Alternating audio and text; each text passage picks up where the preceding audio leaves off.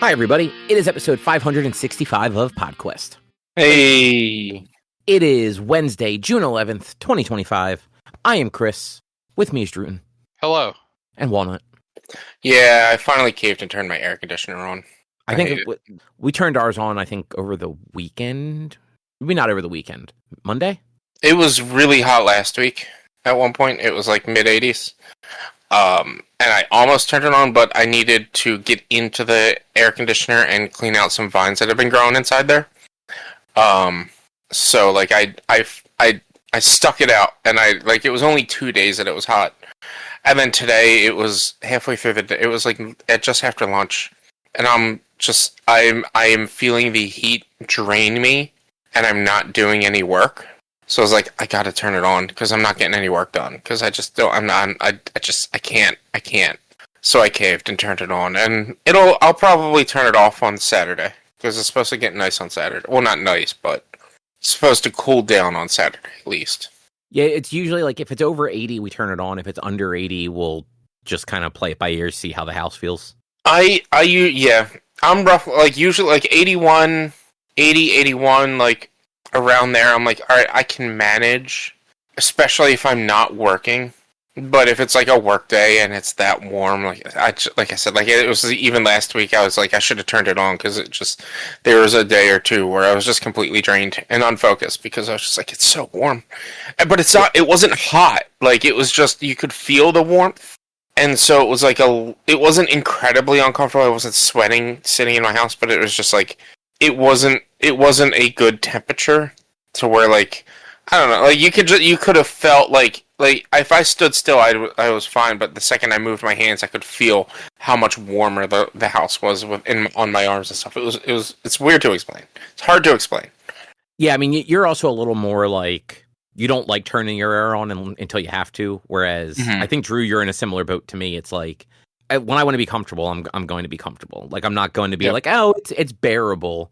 It's like, no, if it's even like slightly warm and just like I don't want to deal with it, I'm going to turn it on. Even if it just gets a little humid in the house and it's like still in like the mid 70s, I'll turn it on for a few hours just to help get the humidity out. Well, like if it were just humid, and that's the thing. It's been like kind of dry, or like it was wet, but like today at least it was more of a dry heat. It didn't feel very humid, and that's where like I can deal with the dry heat. It's the humidity is really what kills me, and like I'll generally have it on or have my windows closed and have the fan run once or twice when it's humid. But just, I don't know what it was today. I got uncomfortable with the heat. Yeah, I'm all for being comfortable so that the air will go on as early as it needs to. I try not to, just because I do like to be able to like have the windows open and stuff like that. But as soon as that's not viable, it's air on, comfortable. It's going to be interesting to see how much cheaper my electric bill is this year. Well, it won't be cheaper at all because next month is when everything's getting knocked up 20%. Right. Yeah. So at least it won't get knocked up that much more.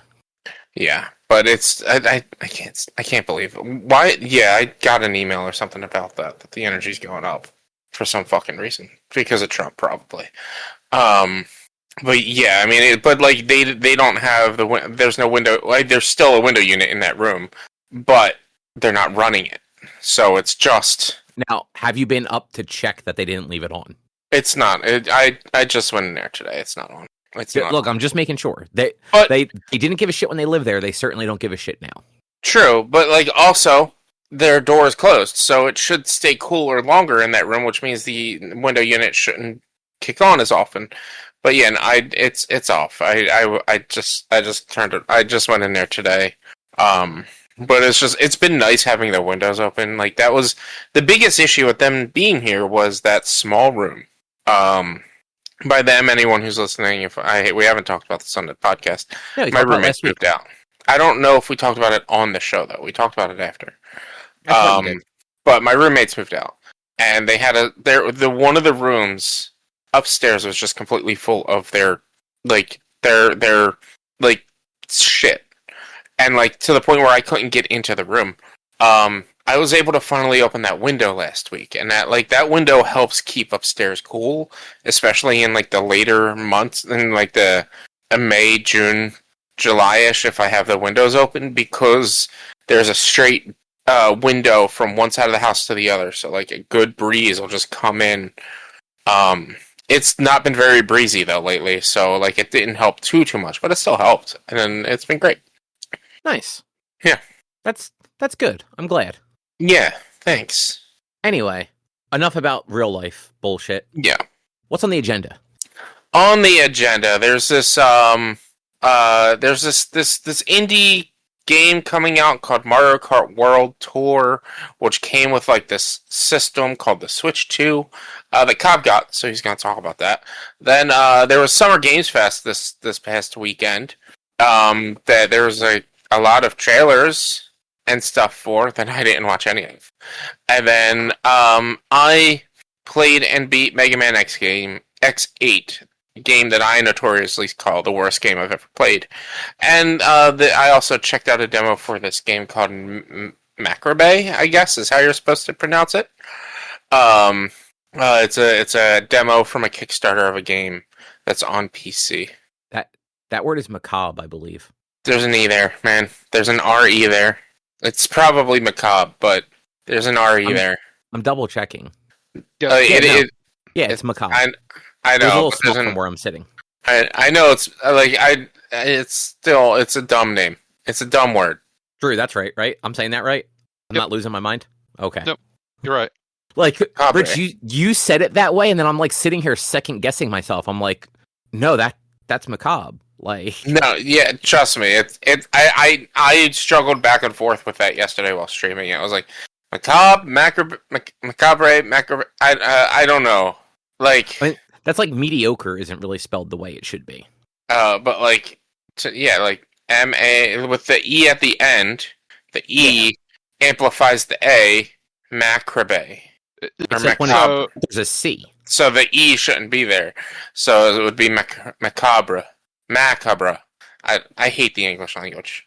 That's French. I hate words. But Cobb, you can pronounce it with the R in there as well.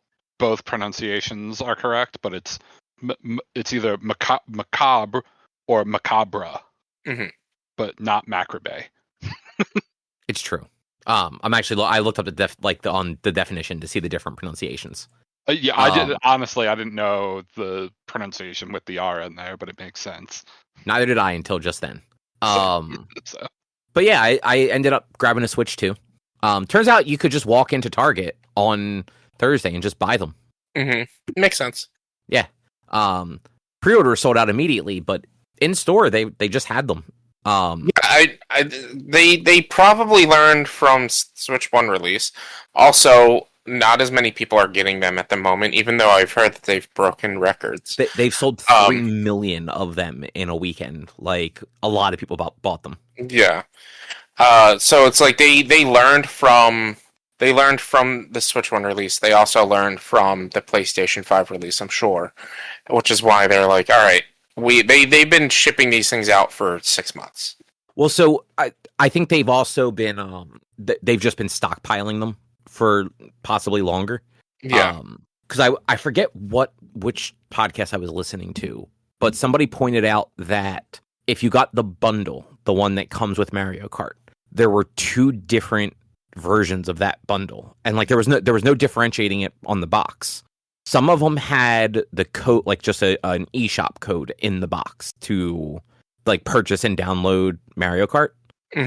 Others, Mario Kart was just like not pre-installed, but it was like the key was like preloaded into the Switch. So when you set it all up and signed into the eShop, you could just claim it. You didn't have to enter the code for it. So like at some point during production, they like changed up how they were doing it. Probably on the latter half, I would assume, because I'm assuming Mario Kart was probably like at least slightly in production up until somewhat recently. So probably the more recent ones, I would assume, were the kind that had it like built in or whatever you want to call it, like the U2 album in iTunes, like from 15 years ago. Except people wanted this; they bought it specifically for it. Yeah, but yeah, like they definitely were stockpiling these consoles for a while. I mean, that's why that's why there's been rumors about either a Switch Pro or a Switch 2 for like the last several years. and why the Switch 1 went beyond its like the normal like 5 to 6 year lifespan. Because like they were just kind of stockpiling to make sure they had enough units. And seems like they did. And they did the right thing by like limiting pre-orders to an extent too, because that guarantees copies for walk-ins. It does seem like peripherals and like the attachments aren't necessarily all there. Like when I went to Target, they were all out of the Pro controllers, and it sounds like a lot of other places also sold out of those.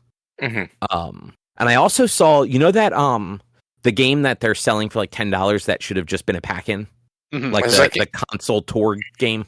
Yeah. Apparently, you can't actually do that whole game unless you buy all $100 worth of extra bits for the Switch 2. Jesus Christ. Pro controller and the camera and the little mouse attachment stuff. Like, wait, hold on. The mouse attachment?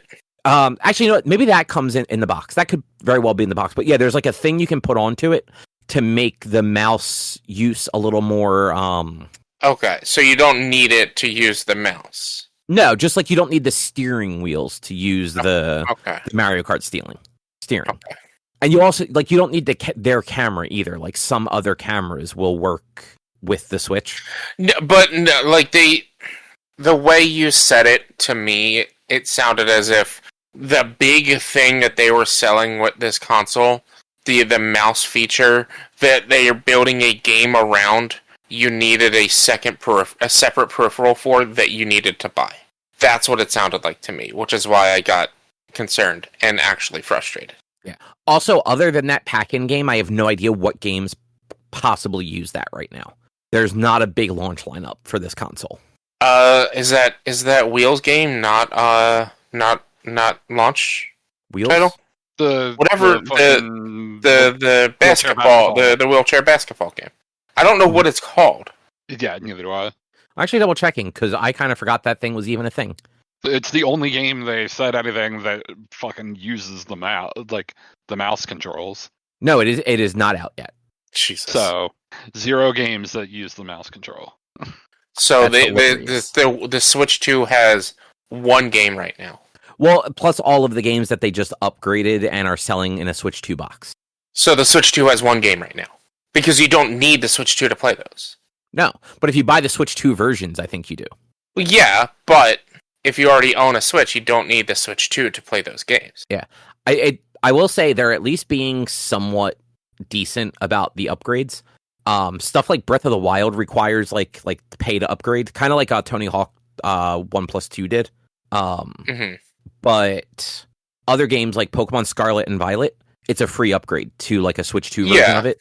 Which, that's cool that like there's a decent list of games that aren't super old. Some of them are super old, but not all of them. That you don't have to pay to upgrade. Actually, Echoes of Wisdom, the Zelda game, was also on there, which just came out last year. Echoes of Wisdom is actually newer than Scarlet Tears of the Kingdom and Scarlet and Violet, and that's a free upgrade. Yeah, it's a free upgrade for that one. So that's pretty cool. Like, and look, I'm a defender for like as long as I get more stuff with it. Like, I paid extra money to be able to play my Assassin's Creed Black Flag version on the PS4. Like, I understand that there is work done to make these games playable or like better rent on the newer consoles. So like an extra $10, that's okay. That's fine. I totally agree and understand that. But I also like the fact that they're like, oh, some of these games that are older that are still going to run a lot better, you don't got to pay for. But then there's games like Mario Party, which has new content with it, and they're bundling that with the upgrade. It's like, all right, that's cool. The Tears of the Kingdom bundle, content added to it is like, I don't fucking need the Switch 2 version. As long as I can play it on the Switch 2, I don't need the Switch 2 version. Yeah, and so the only downside is like it doesn't run any better on the Switch 2 hardware unless you do like get the upgraded version of it. But like, which just means it was never. I'm not going to say it was never the Switch 2, but it was an optimization issue. Oh no, it absolutely was, because if they the game optimized it for the Switch to make it run as good as it could on that hardware and only that hardware. Because I have seen people posting like images of it of just like the base games running on the Switch 2, and like they don't look any better than the original. But then side by side with like the Switch 2 versions, like there is like a noticeable difference in like just the quality of the image, at least. Whether I assume the game runs better too, just because frankly, like Tears of the Kingdom ran kind of shitty on the original Switch because, you know, it was a 8-year-old console by the time the Switch 2 came out or something like that. Yeah. 7, 8, 18, 19, 20, 21, 22. 6-year-old console? Still. Yeah, like, I don't know how the Switch 2 or Switch 1 was. It came out in 2017. Mm-hmm. But overall, like I will say, like it's a nice iteration on the Switch. The screen is bigger, which makes the whole thing bigger, obviously. It's probably I held my regular Switch up to it. The original Switch with the controllers is only slightly longer than just the screen of the Switch 2. Mm-hmm. Huh. So it's actually like a decent upgrade for the screen. I want to say the Switch Lite is probably the exact size of the screen. Like if you put a Switch Lite over the Switch 2, it probably fills up just the screen area. Yeah. Yeah, the console wise, it's not that much bigger. But yeah, like the screen wise, it's a decent size bigger. Like they did do good with the upgrade. Yeah, like I've been like I feel like the price and the upgrade itself is worth it. I think the price is questionable. High. The $5.99 was still a little high, but I'm sorry, $4.99 was a little high. Right, $4.99. Isn't it $5? $4.50. It's $4.50. Right. The console is $4.50. Console plus game is $500. Okay. Yeah, that's right. So like just remember that like $4.50 it's not a bad price for a handheld like this. Again, like I do think the price is a little steep. I don't think it's completely unreasonable, but like I think $3.99 would have been a better price for it. Especially to offset the fact that they are charging significantly more for games that are actually pretty old at this point. Yeah, I mean, again, like so far the only game I've seen that was $90 is Mario Kart, and that's only like a certain version of it. The base version is $80. What version is $90 then? I think there's like a special edition or something like that. I'm looking at Mario Kart in GameStop right now. It's $79.99. But there is, I want to say I saw Breath of the Wild for Switch 2 is now being. Did they drop the price? No. Oh, physical. No, even physical from Nintendo, straight up from Nintendo. Physical is $79.99. Yeah. Wasn't it $90 at one point? No, I don't believe so. Maybe a special edition. Yeah, there was. Or was it just? Was it always? Copy was going to be 90, and the digital was 80. But no, I never saw anyone confirm the physical being 90. But I won't be shocked if some Switch 2 games wind up being 90 at some point. The physical, anyway. Yeah. So the bigger problem I think with like the cost of things, Breath of the Wild, the Switch 2 edition, is $70. Tears of the Kingdom is 80. Yeah. Tears of the Kingdom is a 2-year-old game. Breath of the Wild is an 8-year-old game. They are charging new game price for an 8-year-old update. Mm-hmm. Like, that is wild. Maybe it was always the $80 price tag that I was bothered with, and not $90s. It might be. I thought there was a special edition of it, but maybe there wasn't. Yeah. But yeah, like I'm not super into the cost of some of this stuff. But like the console feels good. Like it feels sturdier than the original Switch did. The Joy-Cons feel nicer in your grip. Like they're not much bigger, but they just have like a nicer feel to them. The buttons feel nicer. The analog sticks feel nicer. I'm actually super impressed with the magnets so far. They really do like click in there good, and you can't just pull them out. You do have to press the little button. And I'm sure if I were to like really pull at it, I could rip it out, but I don't want to do that and potentially damage something. You might break the controller by pulling parts of the controller apart. So. Exactly, which is why I wouldn't try that. And unlike the Switch 1, it's true if you accidentally put the controllers on backwards, like I did the first time, they just still pop right off. There's no trouble with it. Yeah. And the simplest addition to this one is also the one I have found the most useful. having the fucking a charge port on top of the console is such a help. Because, like we talked before, I don't play this docked. Like, the dock is still in the box. I have not taken it out of the box yet. I've exclusively played it handheld, and I was able to, like, anytime the battery's low, I just plug it in the top. It's not that awkward, like, plug it into the bottom and have to, like, kind of hold it up a little higher. If I'm laying down, I can hold it, like, right against me, and the cord's not in the way. And it's stupid, but I really appreciate that. Yeah, nice. So yeah, otherwise, like, the interface is just the Switch interface. Nothing different there. It is really good about the data transfer, though the data transfer seems like a silly thing. Like, I should be able to just go in there and just very easily re-download that stuff. But because the Switch has a lot of games that don't do cloud backups for one reason or another, if you want that save data, you have to do the transfer. And at least on day one, there was no, like, pick and choose. It was transfer everything or don't transfer anything. Yeah.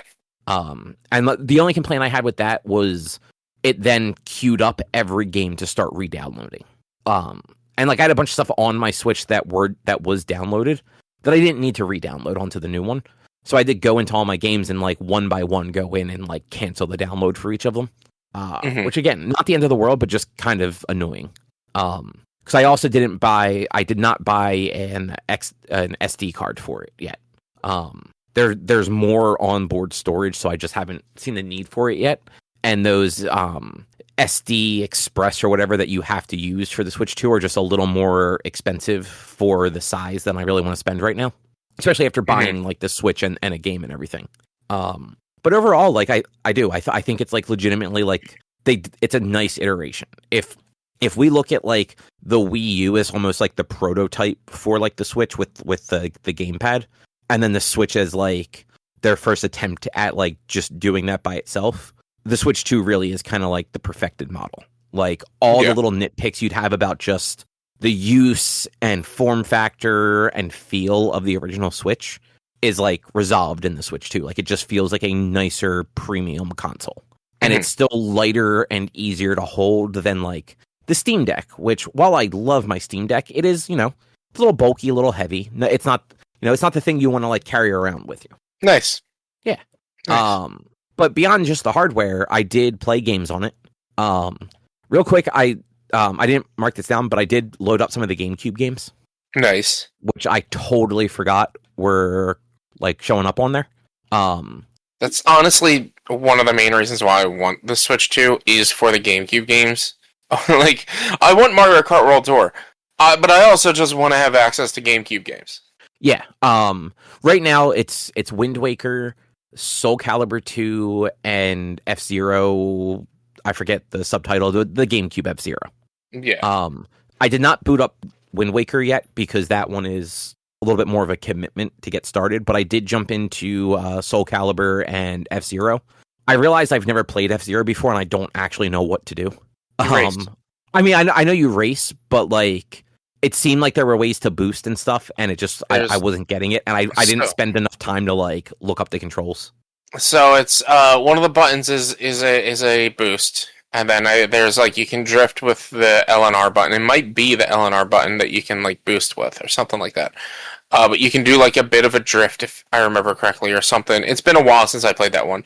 But when you can damage each other, and if your boost bar, which is also your health bar, empties out, you're going to crash and you're going to blow up and you're going to DNQ for the race. But there are pads in the middle, like, throughout the race that you can recharge your boost/health with. And this way, like, you got to manage the two of those. Yeah, like, I played for maybe 5 minutes. Like, it was really just, I booted it up just to see kind of what it felt like and what it looked like. And, like, yeah, it played like a GameCube game. It was a great game. It was awesome. I honestly, having no nostalgia for it, it honestly seemed kind of dull. Especially compared to, like, getting ready to play Mario Kart. Well, it was the first F-Zero game since N64, or no, since Super Nintendo. It was the first console F-Zero game. That game also came with the ability to where, like, you could create your own character and customize your car. and then you could go to, and it was primarily in Japan because America gets nothing good. You could go to the arcades in Japan with your memory card, stick it into the arcade, and you can use your custom racer and character to, like, from your card to race at the arcades. Yeah, which, I mean, that is actually kind of cool. Odds are I probably won't really play much F-Zero, but, like, it was cool just to see it boot up. I did play a bit of Soul Calibur, though. Like, I played 6 or 7 matches in there. That game is fun. Like, I always like Soul Calibur 2. And, like, it plays well on the Switch. Like, there wasn't any sort of, like, weird lagginess or anything. It looks like a GameCube game, for better and worse. But it was fine. And, yeah, the only other one was Wind Waker, which I didn't boot up. But I hope they release some more stuff soon, because there are some legitimately good games on GameCube that I would like to kind of go back and play. Also, quick timeout. There was an N64 F-Zero. Was there? In Japan? No, came out in the US. Really? Yep. But guess what? It's F-Zero. Nobody fucking cares about F-Zero. So that's why nobody remembers that it exists. Because Mario Kart exists. Why would you play F-Zero when you could just play Mario Kart? Because F-Zero is not Mario. Because Mario Kart and F-Zero are two completely different games. Mario Kart is a kart racer, and F-Zero is a different kind of racer. Like, they are two different styles of racing. I mean, that's true. That's like comparing Mario Kart to Forza. Like, they're not the same. Crash Team Racing to Mario Kart is a lot more similar because Crash Team Racing is more of a kart racer than say Forza. And so, I mean, yes, but F-Zero is still like an arcadey racer. It's an arcade, but it's an arcade racer, but it's not a kart. Like, kart racing is a lot different than just racing and arcade racing. Like, it is different enough. Like, that's, to me, it's the argument to me is, you got Mario Kart, why care about Diddy Kong? Not, you got Mario Kart, why care about F-Zero? That's also a correct statement, though. Yeah, I mean, again, like I said, I've got no nostalgia for F-Zero at all. Like, it seemed fine. It is what it is. But Mario Kart, boy, is that game fun. It looks neat. They did an excellent job with it. Excellent job. So yeah, Mario Kart World Tour is, I mean, it's Mario Kart, right? Like, you have your single player, just Grand Prix, which, Rich, because I know you've played a lot more Mario Kart. Do you remember in, like, Mario Kart 8 or 7 or any of the more recent ones, was one of the Grand Prix locked until you at least placed in every other Grand Prix? Yes. They usually are.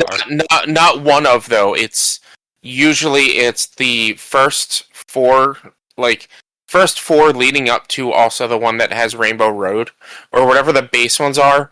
Like, and this is pre-deluxe. So Mario Kart 8 Deluxe, which is the Switch version, didn't have this lock.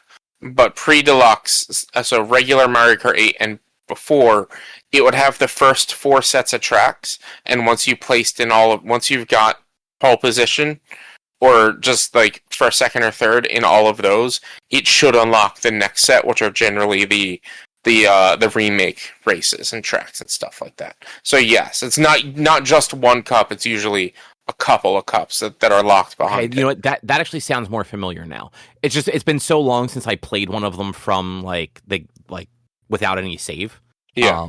But so this one, at least so far, I only had one final cup to unlock. But it had, I want to say 1, 2, 3. I think it had 6 to start. I think it's 8. So maybe it was 7, and then the 8th one is the one that unlocked. But I only unlocked 1, and that is the one with Rainbow Road. And they're leaning a little into the open worldness of it. Yeah, there's 8 total. So okay, they are leaning into like the open world with it, where every race in a cup, when you start the next race, you don't start like at the start line of the next like map. You kind of start with a rolling start where you left off. And you kind of like open the next race at the tail end of the previous area. And then like as you're driving, you transition into it. I think the rolling starts are actually kind of cool because you can still get a boost and everything off of it, but it kind of just makes it feel more like an event than just you're just rolling up to the starting line at like new stadiums every time. Yeah, because it's like after you get done the first 3 laps, the first lap of the next race is getting to the race or something like that, right? More or And less. then Yeah. 2 laps there, and then. But like, I'm sure you don't have to travel that far. Like No, it's so some of them are different than others. Not every race is 3 laps. They vary between 3 and 6. I want to say well, the yeah, longest one I yeah. had was 6 laps. And It's generally, you're based not. on track size. Like Baby Yeah. Park was 9 laps, I think, or something like that, 6 or 9, something like that, because it was the smallest track. In most cases, you're not looping. Like it's not like a track where you're doing loops. It is just there are markers every so often that like indicate like where the lap is happening. Okay. So this way you are kind of like you're making progress the whole time. There are some where you are looping a little bit, but it's not like the old school ones where it really was you would just be going around the same area like 3 or 4 times or whatever. Yeah. And that makes it kind of cool because you don't have as much of a chance to just get really used to certain areas unless you are playing just that same one course over and over and over again. Like if you're doing Grand Prix or anything like that, like you're only really seeing these areas for like a second or two. Hang on 1 second. Sorry, Benny just did his thing where he just gets up and goes into the bedroom and starts barking because no one's paying attention to him. Buddies. But well, so in old Mario Kart games, I kind of always hated the tracks that weren't like a racetrack, where it was just like, oh, there's 3 checkpoints, you go from the start to the finish. I'm like, oh, this is my favorite track was Wario Downhill in Mario Kart 8. It's fucking awesome. It's one of my favorite tracks, and that's one of the ones where you start at the top of the hill and you race your way down. I love that track. Yeah, and Drew, like I partially agree. Like it kind of like it varied for me. Some of the ones that weren't more traditional tracks, I liked a lot. Other ones, I'm just like, man, like these just they feel a little longer usually. And at least with these ones, none of them feel that long, and the areas feel unique in like good ways where you still feel like you're in like kind of like the same area and you're passing similar things, if that makes sense. And everything is spread out in a nice way. And I have to say the AI is smarter and more aggressive than in previous games. And so far, like I've just been playing on 100cc so far just to like kind of like see everything. And like sometimes the AI will just fucking wreck you. Like they will get like the shells and they will ride right up in your ass and shoot you with them like 3 times. Where back in the day, like even Mario Kart 8, like the AI was all right, but they weren't great about like actually being aggressive. I do think that in this one, some of the items are a little too frequent. Things like the blue shell. I've had races where I've been hit by 5 blue shells. And like sometimes like in very quick succession. Like they're just popping up all of the fucking time. I wonder if that's just because now there's 24 cars and, it's whatever. Everyone behind 14th can possibly get it or whatever. Possible. Because it's definitely broken up like in the old ones where, the higher up you are, the kind of like weaker your upgrades are. Like you get a lot of the coins, and so far at least the most useless one I've gotten is the feather, which I don't remember from previous games. That's only in the original Mario Kart. That's right. That thing is fucking useless so far. Like I could see some use cases if you're trying to do like the grinds and stuff. Yeah, so at least in like OG Mario Kart, there are specific shortcuts that you need it for. So there's probably that. And then also, it dodges like green shells if you time green it shells right. and red shells. I used it once or twice to like dodge a red shell, but the feather doesn't show up quite often enough, or like present itself as useful enough to like hold it for when a red shell's coming. The only item that I had that I'll kind of like hold on to when I'm in the front is the music box thing. Because that will kill a blue shell as long as you time it right. But yeah, like other than that, like it plays very much like Mario Kart. And then they added the new mode, Knockout World Tour or Knockout Tour. I forget exactly what it's called. That's the one where you just like instead of laps where like a lap would normally occur, you just have to be at a certain place in the race. So it starts usually at 20, and then it goes to like 16 or 12, and then 8, and then 4, and then finish. And if you don't cross the line in one of those places or higher, like your race is over. And it's usually they go through an entire stretch of tracks, so you'll basically run through all the tracks in a Grand Prix when you do one of those. Just all like one go. So some of those can be like 10, 15-minute long races if you're, in them the whole time. And then both of those are on the online play, which actually really surprised me. Like the online play is like legitimately good in this one. You don't need like friend codes or anything you do if you want to play with friends, but you can just join up into the online. It'll drop you into like a free roam lobby, and generally like so far it's just because it's new. It just loads a full 24 racers or something like that. Right out of the gate. And something like the knockout tour, when you're playing that one with a bunch of real humans, the first like 30 seconds of those races are just absolute chaos in like a really fun way, because generally not everyone, but most of the people are pretty good at getting the start boost by like hitting the A at the right time. And then everyone's kind of getting that first round of power-ups, and a lot of times it's the like mushrooms or like either the boost mushrooms or the growth mushrooms. And you just have, 20 plus cars just all kind of like boosting all at the same time, coming around, bench drifting, people trying to like get into the wake of each other to get like the, I don't know what that's called.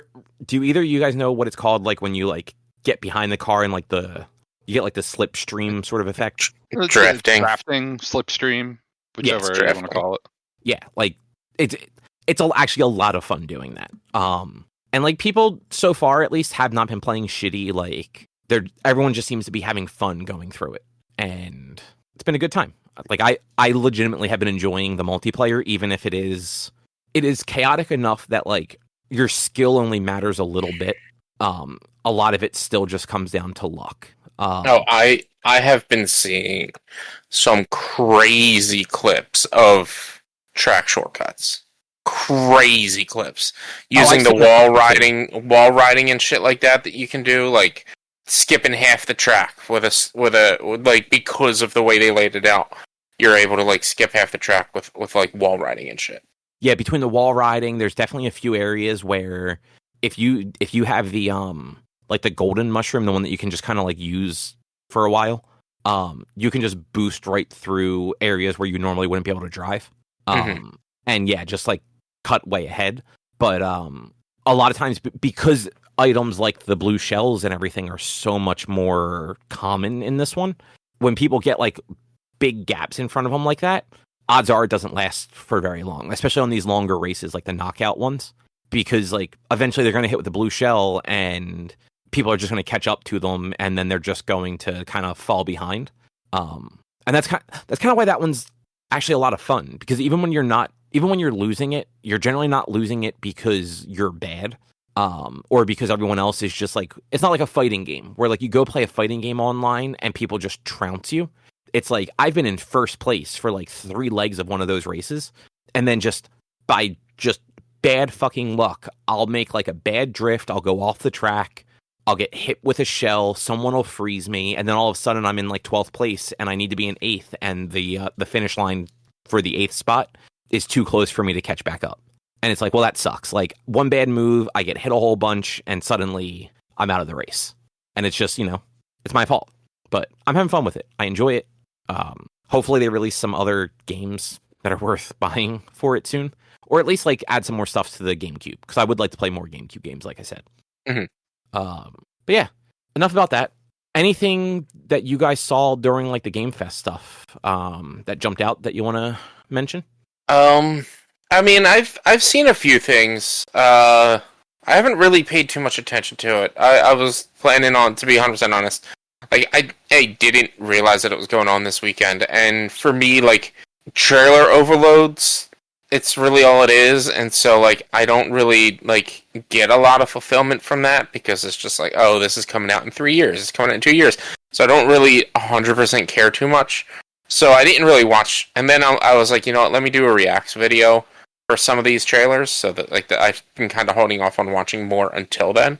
But like I did see you send me the Resident Evil 9 trailer, which like apparently the girl that you're playing as is the daughter of somebody from Outbreak, which was that PS2 game that came out and takes place between Resident Evil 1 or between or during Resident Evil 2 and 3, where it was a multiplayer game and everyone started in a different area. Like it's not really looked at as canon or something, but I guess now it is.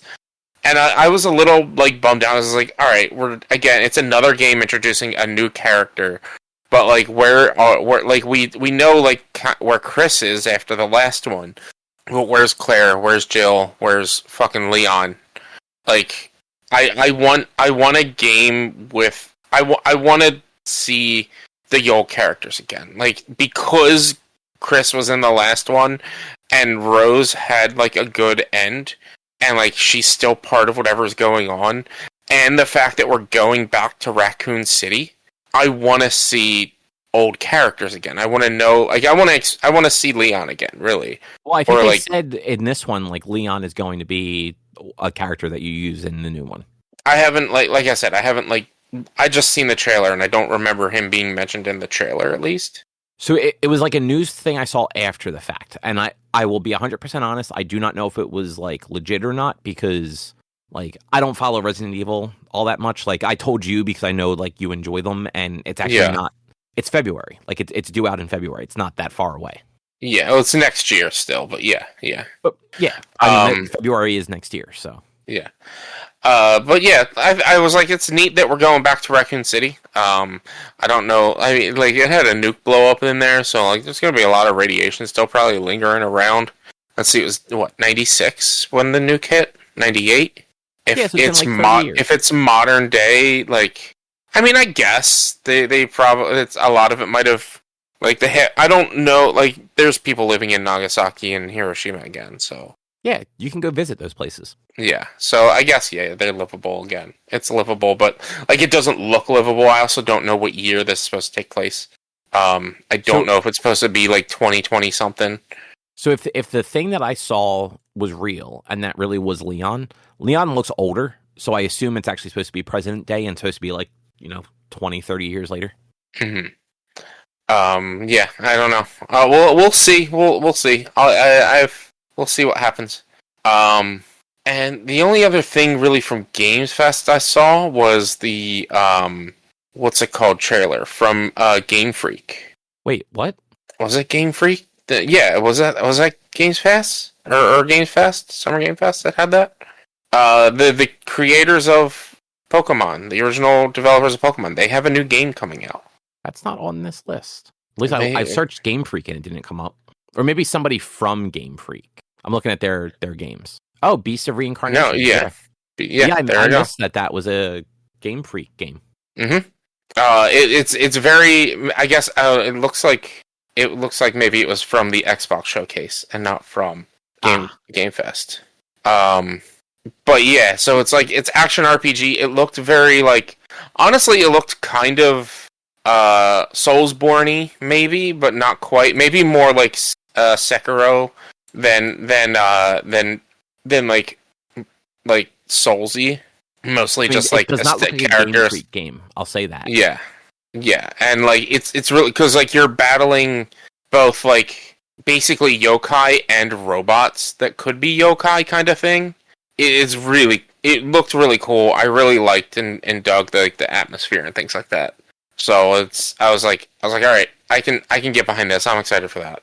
So yeah, I guess that was Xbox and not Game Fest.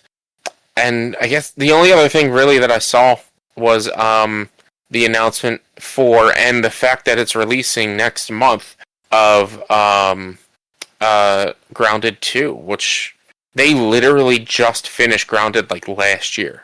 Because Grounded was in like early access until like I forgot about that. Like the official like the final content release, which I guess it wasn't. Xbox One. What's that? That was also at Xbox. Yeah. Like the official release of Grounded, I think was 2023. Like it was very recent, fairly recent. And like I didn't hear anything about a Grounded 2 until this weekend.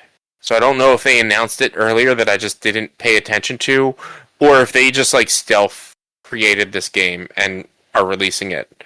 I hope it doesn't, like, I hope the quickness in them releasing this doesn't hurt the game, but like maybe they had a team working on this while they were wrapping up Grounded 1. I mean, that is probably likely, and it's going to go to Game Pass, so it shouldn't hurt like sales or anything. Yeah. It's coming to Game Preview, so it's not even the full version. So it's going to be like early access again, like they did with Grounded. Right. Drew, anything jump out at you? Honestly, the only thing that really jumped out to me was the Muppet boxing, the Muppet Punch-Out. Felt that boxing. Oh, right, because you only watched the actual SGF stream, right? Yeah, I didn't watch the Xbox thing. Forgot about that. I don't own an Xbox, don't have Game Pass, don't particularly care. Well, didn't you play Outer Worlds? Yeah. They announced and they showed off Outer Worlds 2. The Outer Worlds 2's been like known about for like 2 years. But like I mean like they showed it. Also, it's going to launch in October. I mean that's cool. But for some reason I thought you had coming to everything? The whole thing. No, I never finished it. And I don't know if it's coming to everything. It'll definitely be on PC. Oh, okay. It does look like it's also coming to PlayStation. But yeah, I mean, you played that whole thing. It's a freaking massive game. No, I never got around to actually finishing it. It's basically a Bethesda game. So yeah, it's huge.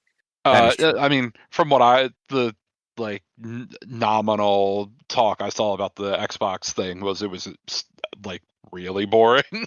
Yeah, the Xbox One didn't have much. Like they showed some cool stuff. Like Double Fine has their new game coming out that actually looks pretty cool.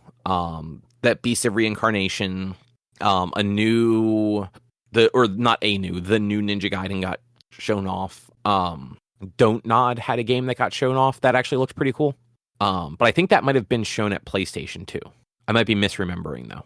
Maybe it didn't. But like they did. Like the Xbox One More Thing was fucking Call of Duty. Like that's not a one more thing. That is just yes. Call of Duty is Call of Duty is coming out. It's like fucking Nintendo's most recent event. Their One More Thing was like a fucking sim life game. Yeah, and it was whatever it was, which apparently people are really excited for. And I don't give two shits. I was like, this was the One More Thing. Are you kidding me? Yeah, and they did. So I mean, the cool thing at the Xbox was they showed off their version of the ROG Ally or ROG Ally, however you're supposed to say that. Like their handheld. And apparently, like it will play all Xbox first party games that are going to be on Game Pass. And they announced that the new Hollow Knight that everyone's been waiting for, Silksong, is going to launch on it when this thing launches in the fall for the holidays. So people finally have a date for the next Hollow Knight that they've been waiting years for. Yeah. I mean, do we still have a date, or we just have fall now? Which is still more than what we had before. Yeah, I guess that's the thing. Like, they did not give a firm date for the Ally, but they said it's releasing this year for the holidays, and that Hollow Knight is going to be like a day one game on it. Yeah, which Hollow Knight's announced for everything. Like, It's going to be on Switch, it's going to be on PC, so, like, unless they have exclusive rights for Hollow Knight and for Silksong, it's like, alright, at least we know when that game comes out that at least Hollow Knight should be available everywhere else. Yeah, exactly. Yeah. Otherwise, like Xbox didn't have a ton. There were like a handful of games that like, oh, that game looks like it could be kind of cool. Like Clockwork Revolution, maybe. But also like the gameplay looked pretty like generic also. Like it had that generic like what was that game, Rich, that you refused to play because they showed it off at every single Deathloop. Yeah. I don't know, like visually it kind of reminds me of like the aesthetics of that game in a way. Mm-hmm. It's just something about it just looks very generic to me. But like it's like a steampunky sort of like setting, which I thought was cool. They announced a Super Meat Boy 3D, which it's like a 3D platformer. I'm like, oh yeah, that too. I'm watching a trailer, or not a trailer. It's the IGN 15-minute gameplay video, and I'm just like, man, this actually like I've never played Super Meat Boy, but like I get into 3D platformers a little bit more than I do 2D platformers, and I'm kind of digging this. Nice. They also announced Michelangelo is going to be in Tony Hawk 3 Plus Floor. I mean, that's kind of cool. And the Doom guy, I think I saw too. Pretty sure Doom guy was one of the other secret characters. I'm trying to like look through the trailer for that. And there's also a demo for that, Drew, in case you didn't know and you want to check out the demo for 3 and 4. I don't need a demo for that. That's fair, but you know, it's there if you did. But yeah, the only thing that really jumped out at me was they confirmed that Resident Evil, that Persona 4 has a remake coming called Revival. But they literally didn't show anything. They just kind of told us it was happening. It was the most like non-trailer trailer, which, you know, it is what it is, but that'll be cool. Like, I would like to see that game in like the Persona 5 3 Reload style. I just saw that they have a prequel to Plague Tale coming out.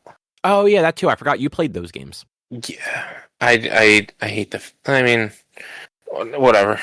I was not very keen on the finale of the second one. I thought it was pretty bad. Yeah, I think like the story wrap up at least. Like the game itself wasn't terrible, but like how they wrapped up the game itself and like the whole end sequences was just dumb. Yeah, which, you know, that's a bummer. But hey, maybe this prequel is better. Yeah. Yep. Overall, like I think the stuff they showed off, like all these games are kind of fine, but nothing really jumped out as like, oh, I definitely need to buy that day one.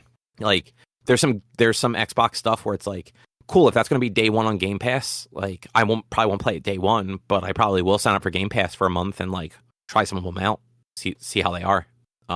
Yeah. I mean, honestly, I think the best thing I saw at Summer Game Fest was Dan Reichert getting shot in the face with a confetti cannon. Yep. And I also saw the picture of, so that, Drew, did you watch any of that? Some of it. Did you see that bit, like Yes. specifically? So that was so most of their streams were, or not most, all of their streams were sponsored by a bunch of different companies. Pop Agenda was one of them, which is run by Greg Miller's wife. And there are pictures literally of Dan showing her the video of him getting shot in the face during their like promoted segment, and her just looking absolutely appalled. And that was hilarious. That and Danny O'Dwyer just putting anything and everything in his mouth the whole time. It was interesting. But yeah, Rich, would you like to talk about Mega Man 8, X8? Yeah, let's get into Mega Man X8. You're lying. You don't want to talk about this. No, like I've got words about it. Like we talked about this in passing. What was it 3 years ago, something like that? However long ago it was. No, probably 2 years ago. When I did my Mega Man X marathon, it's probably about 2 years ago. I don't remember when I did the Mega Man X series. So Mega Man series was my first year streaming, I believe, and I believe the X series was my second year. So it's probably been about 2 years. I'm actually trying to get to my my channel so I can see playlists. I should have the Mega Man X series saved. Man, I got too many playlists. But yeah, so I finally so last year for my stream anniversary celebration, I did a thing where it was maybe I don't have that as a playlist, do I? No, I don't have it as a playlist for all the Mega Man games. Oops, because there's all my music playlists. So last year for my stream celebration anniversary at 10,000 bits, I said I'd play the worst game I ever played. We reached 10,000 bits, so we reached maybe like I don't know, probably like 15,000, something like that. I don't remember fully. It took you a year to get around to this. I kept putting it off, to be honest. I kept putting it off, and it was just like the Mario event took a while, and then more things kept coming, and I just kept forgetting to do it and putting it off because I wasn't looking forward to it. And there was a lot of RPGs and stuff between then and now, and so it's just been I just hadn't had time. So like I finally did it because it was like my anniversary comes up 21st and 22nd. I gotta do this before the anniversary stream because this is an anniversary reward, so this has to be done. And so like I finally was like I had finished everything I needed to do with my backlog of subscriber gold games. I got through Resident Evil 2. So like, all right, let's do it. Let's just get into it. So I set it up, and I had a guide this time to help me through, and it still took me fucking 10 hours to beat the game. Because like it's a Mega Man game. The guide can tell you where to go to get things, but overall it's still just like learning the levels and shit like that. Yeah. you still have to be good at those levels to get through them. Yeah, and let me tell you, you can't be good at a level that's bad. This game, I stand by this. They should have stopped after Mega Man X5. X6, X7, X8 were... X6 was incredibly hard, and it's now the only X game that I had never beaten. I rage quit on that because it was too difficult. Or it was getting to a point of level of difficulty that I didn't care about. Because like one of the boss abilities sucked. And if you didn't use the boss ability against the boss that was weak to it, then he would like duplicate and triplicate himself every time you shot him with just anything else. And it was a bad design. It was bad design. But in this one, like they have a lot of features that are like new because they added the ability to swap out characters. I don't remember if you could swap out characters in X7, but you could choose between X, Axel, or Zero, or X in power armor if you've unlocked any of the power armor. And so you get to choose two of them, and you get to choose like a communications officer who will tell you like, hey, there's a secret room here if you want to check it out, and stuff like that. And so like most of the time I would run like X and Zero or X and Axel, but generally, honestly, if you're playing that game, you're playing as Axel because he has to stop to shoot, but other than that, he is like probably the best to use when it comes to platforming, when it comes to like moving around because he has his double jump as a hover. And so, like, he'll hover in a space, and you can move back and forth in that plane if you needed to, like, get to like certain points. And when it came to the final bosses, I'll get into that in a bit. He had the best abilities to use against them. So, like, it ended up unfortunately being that I played Mega Man and I used Axel most of the time. But yeah, it was because it was like a 2.5D type game. Like, there was, like, you would circle around, like, corners and stuff like that, and if you're shooting and then circling around a corner, you have to get around the corner before you can shoot, otherwise you're just shooting beyond that corner. And so if there's an enemy there, like, you have to get around there, and sometimes the enemy would already be attacking by the time you get around there because he sees you first, and you can't hit him until you get around it. It's really dumb and poor level design. There's a lot of, like, bad level design features that like so the one of the last levels I did, I don't remember the zone. Let's look up the guide real quick and so I can remember the you just levels. Memorize all of this? No. Oops, wrong one. Maybe that'll help. Let's just do walkthrough because that's what I looked up. Which one did I use? Was it the GameFAQs one? No, it was IGN. Let's see. Do they have the stage numbers? No. Man, these guys are terrible because these games are so old. I believe it was... I don't know. I don't remember the name of the level. But one of the last levels I did was like a level where you have to complete objectives in each different room, and as you complete it, like, and you're timed, and so it's like mini games in each level, and it's like kill X amount of enemies in this amount of time, or kill this enemy faster, or whatever. And depending on how fast or slow you do it in the first room, will determine your grade for that room, and then will determine how hard or easy the next room is. However, between each like room of different objectives, you have a hallway to pass through. And so eventually you get to, later on in the hallways, you get to one hallway where it's just a big hole in the floor. And you have to jump up and jump across onto the ceiling tile, or onto like the side wall, and then slide down the side wall, fall off the wall, and dash to the next side of the wall. And fall and dash to the next one, and fall and dash to the next one, and then fall and dash to the last wall, and then jump up. Like, there's no floor.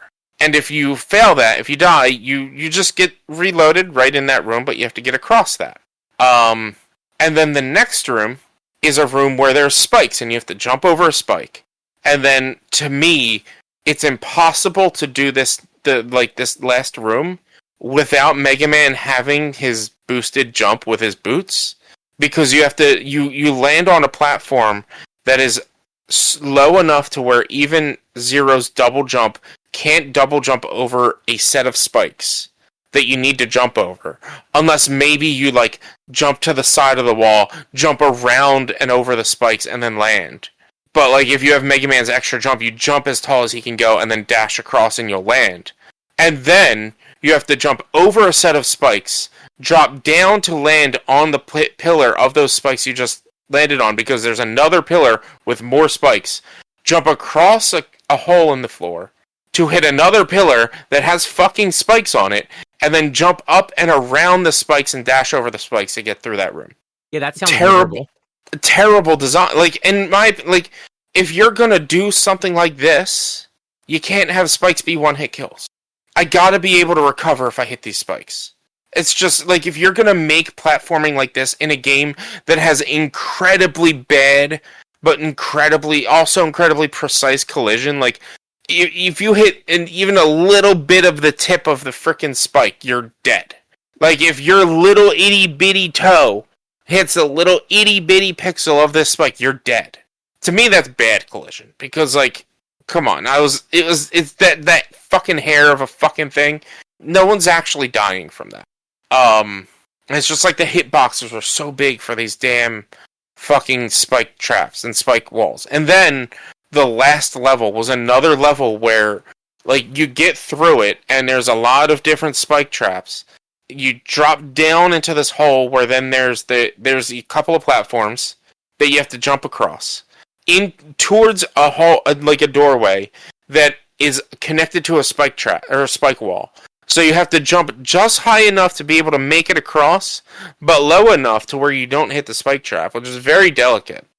Then the next room, you have to jump across to a platform, over to a block that has spikes on top and bottom, off that spike towards another wall piece that has spikes on top and bottom, towards another block that has spikes on top and bottom, jump around that and dash to the left, around those spikes. Go in through the door to the next room, which there's then spikes on the wall above you. Long jump and dash across to another block that has spikes on top and bottom. Jump and circle around and dash to the left to get to the left of the room. And then the only way I know how to get through this next part is to have Axel jump and hover across to the end of the room. I don't think Zero's getting good. I got as good as I could. Like, literally, like, I don't think Zero's double jump would work, because if you do a dash jump, you can't double jump. If you do a dash jump, you can't dash in the middle of that jump. So Mega Man wouldn't have made it. Zero, I don't know if his double jump would have made it. So there's just literally no way to get across without Axel, which means you needed to get to the final boss with Axel. And that's the last level. The last level starts with a mini boss fight right at the beginning. Then it goes to your Sigma fight. Then if you defeat Sigma, great, you're done. No, you're not. You then have to fight Lumine, which if you die against Lumine, you don't have to restart the fight against Sigma, you just start at Lumine.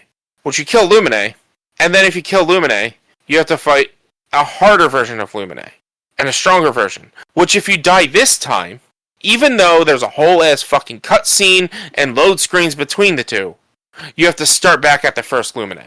That seems reasonable. It's ridiculous. It was so frustrating. It was like, after having to deal with all these spike jumps and things like that, like, at one point I had to spend time going and getting, so you collect medals in the game. And these medals are, like, you use to buy different, like, upgrades and stuff. I had to spend time grinding for medals so that I could buy the retries. Because you get 2 retries per level, or 2 continues per level, but you could stack up to 5 if you buy 3 more. And I had to spend time between runs of doing this this final level, getting these retries. And it was frustrating. It was just rage inducing. There was the level that I quit on last time. I played it this time with a guide to learn how to do it, and it's the dumbest thing, because you're in a cart, you're in like a chaser, and you have to chase after this boss. the boss of the level, and you have to hit him a bunch of times until he blows up. He doesn't have a health bar or anything, but you have to hit him a bunch of times until he blows up. But you're racing through like a city, so if you hit any sort of like what's it called? Billboards and things like that, you slow down. And the level, like, it's a 3D-esque level, so you're, like, circling corners and things like that, and so things are coming around a circle towards you, and not just, like, right in front of you, so you have to, like, understand when to be all the way to the left or all the way to the right. You have to memorize the level, because every time you hit these things, you slow down. And you can speed boost to try to catch up, but the boost takes your weapon power. So you can upgrade your speed boost to be stronger, to have like more, or not your speed boost, your weapon power to be a bigger bar. But if you don't have the upgrade, you can speed boost once, and then you need to collect a thing, which occasionally will be dropped throughout the level. But there again, the collision is so precise, but also like, yeah, it's so precise and so bad that like if you're like even a hair away from it, you don't collect it. There's no like gravity to pull it in for you or anything like that. And so you are timed. Without having a timer, you're timed to get through this level by killing him. And then you have to fight him as an actual boss afterwards. It was the dumbest level. That seems fun. Like some of the levels, like I actually had fun playing a few of the levels. But for the most part, it like there was Flame Rooster or some shit like that. I don't even know the name of the boss.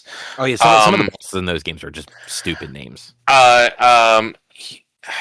It was his level. After you beat the boss, you then have to climb out of the hole that you're in without falling into lava.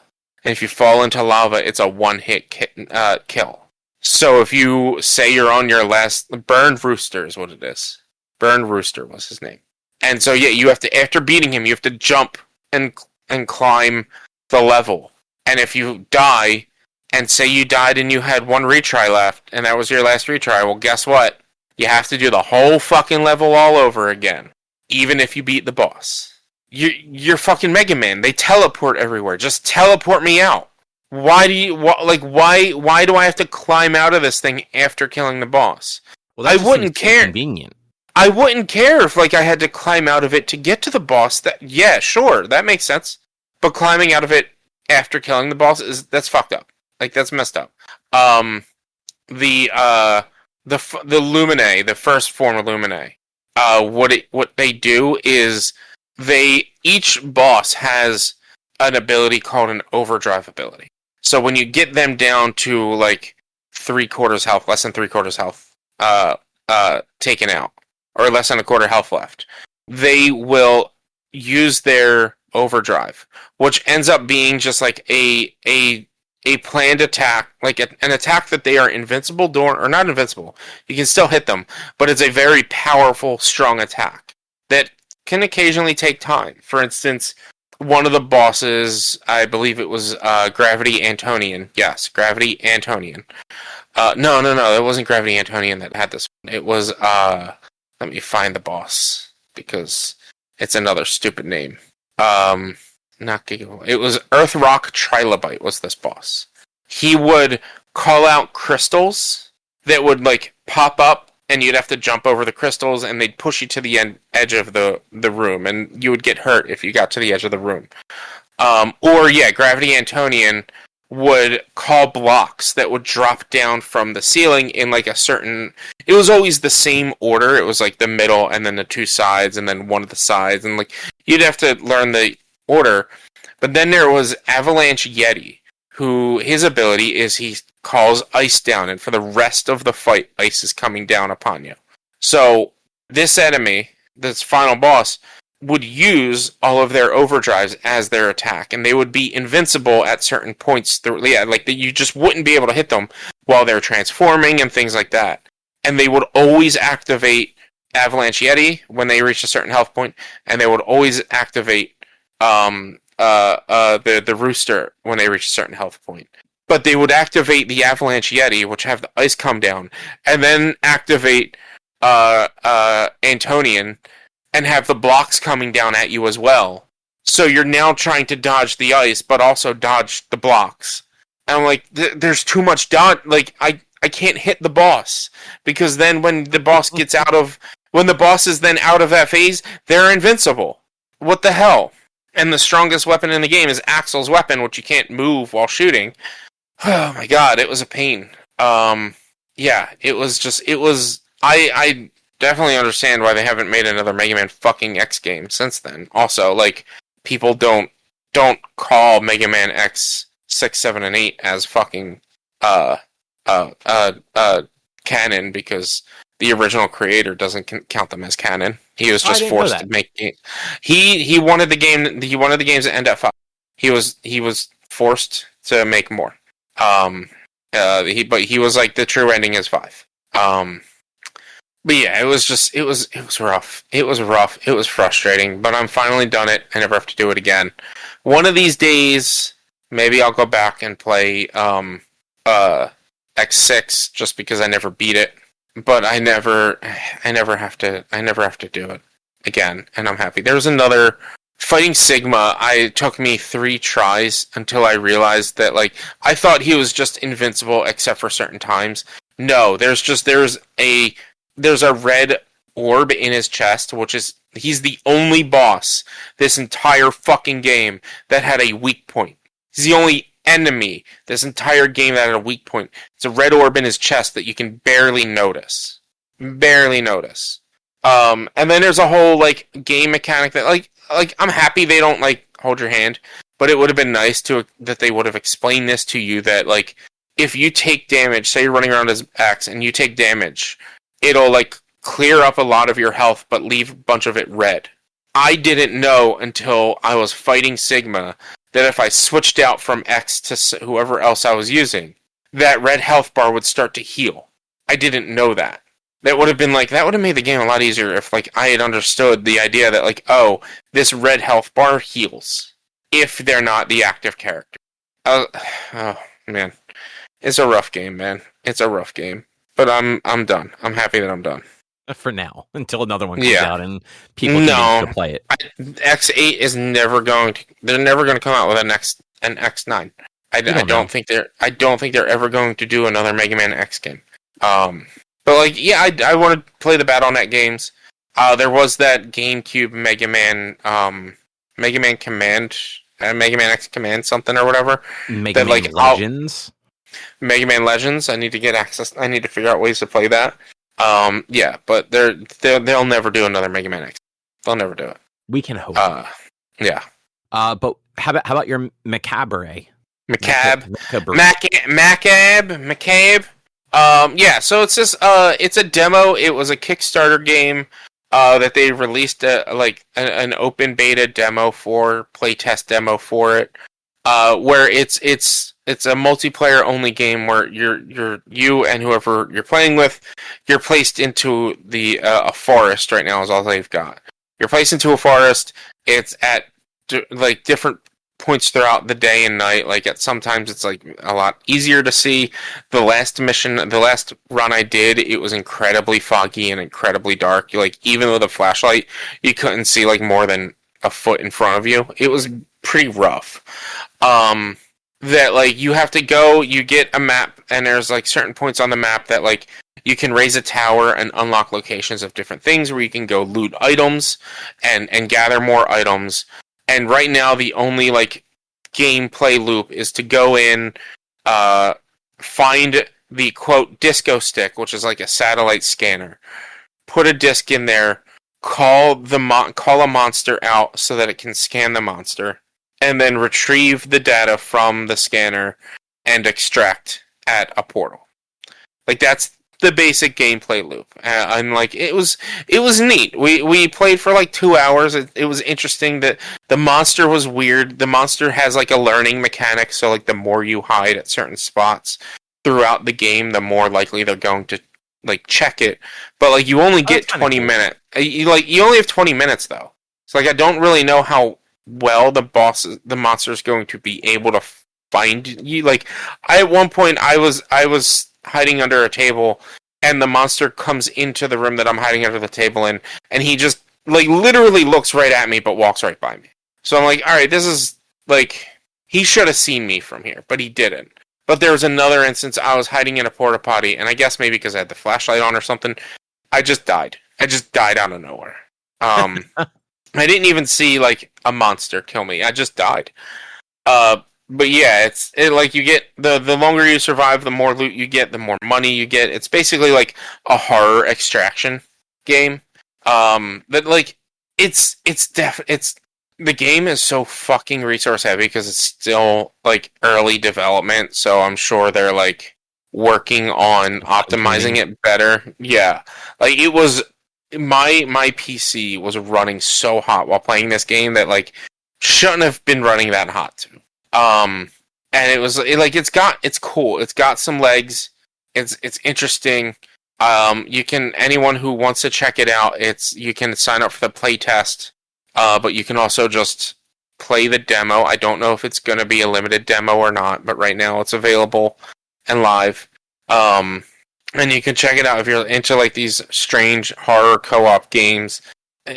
Give it a shot. Like I said, it's like an extraction shooter, but like there's no shooting. It's like an extraction game, but also maybe an extraction. What's it called? Phasmophobia type, where you're going around. You don't really have weapons to kill. You're just kind of trying to sneak around, get to a certain point. And like yeah, you can make it every level very quick and easy. Just get to the point, summon the monster, grab the data, and leave. Or you can actually explore around and like. There's nothing really to uncover. It's just more loot for more money to buy more gear when you go back into do another run. Okay. Like I'm hoping that they like add more levels because the basic map layout was the same for every match we did. It was just like procedurally generated as to where like the locations we had to go to were. But yeah, it was a neat little demo game that like. I hope the developer keeps going with it. I hope people enjoy it. Like I said, it was a Kickstarter game, so it's got people very interested in it. And I hope they are able to refine it, fine tune it, and make it stronger and make it better than what it is. And hopefully they don't just stop now and say, "Oh, the game's done now." But it could absolutely go that way, though. It could. I didn't fund the Kickstarter, so I don't really care either way. But yeah, I mean, you could hit, so yeah, it could. Right. Well, I think that will probably be an episode. Yeah, that sounds about right. Yeah. Right. Well, if you would like to find more of our content, you can head over to www.one-quest.com. You can also help us out by supporting us at patreon.com/onequest. If you can't support us there with your dollars, though, you can go to your favorite podcast platform, Apple Podcasts, YouTube, Spotify, rate us, review us, subscribe to us. All of those things help. You can also find us on social media, facebook.com/onequestonline, at @1_quest on Instagram and Twitter. And I just updated Blue Sky today. We're now just one-quest.com because you can add your domain to it. And since you can. Our name was just our domain, that is our name now. Yep. And then you can find our YouTube channel, youtube.com/onequestvideo. And you can always send us an email to social@one-quest.com. And Rich, you've got streaming, you've got an event coming up, you got a couple events coming up. Got a couple events coming up. Yeah, so twitch.tv/b_1 is for video game streaming, Monday, Tuesday, Thursday, and Sunday. I'll talk more about this next week, so we're not going to spend a lot of time on it, but my 4-year stream anniversary is 21st, starts 21st of this month. We're playing Pokemon Platinum Randomizer. I've talked about it a bunch, and I'll talk about it more next week. But I'm really excited for it. But the more important thing is I was invited last minute to participate in a charity fundraiser event for the It Gets Better program, which is a program for LGBTQIA youth. And I am doing a charity stream this Saturday at 5 Eastern, where we're playing Among Us with me, and right now I believe it's 13 other streamers. And we're all doing different fundraising things. I've got a Tiltify link set up that you can come donate. Things like if we reach $5, I'll do another Lockdown Protocol stream. If we reach $10, I'll play Slime Rancher. And if we reach $100, I'm willing to torture myself and play Celeste. So every game that I chose for our milestones are LGBT games, or games either made by LGBT or about LGBT characters. So I also have Romancylvania, which is a dating sim a Castlevania style game. So it's a dating sim, but you also go around fighting in dungeons. And then I have Date Everything, where you can like date your fruit bowl and shit. So yeah, there's a couple of games, and most donations that go towards the charity stream will also go towards my anniversary stream. So if you donate $2 to this event, I will name any Pokemon you want me to after you, as long as I catch it. Like, I have to catch it though. It has to be one of the ones I catch.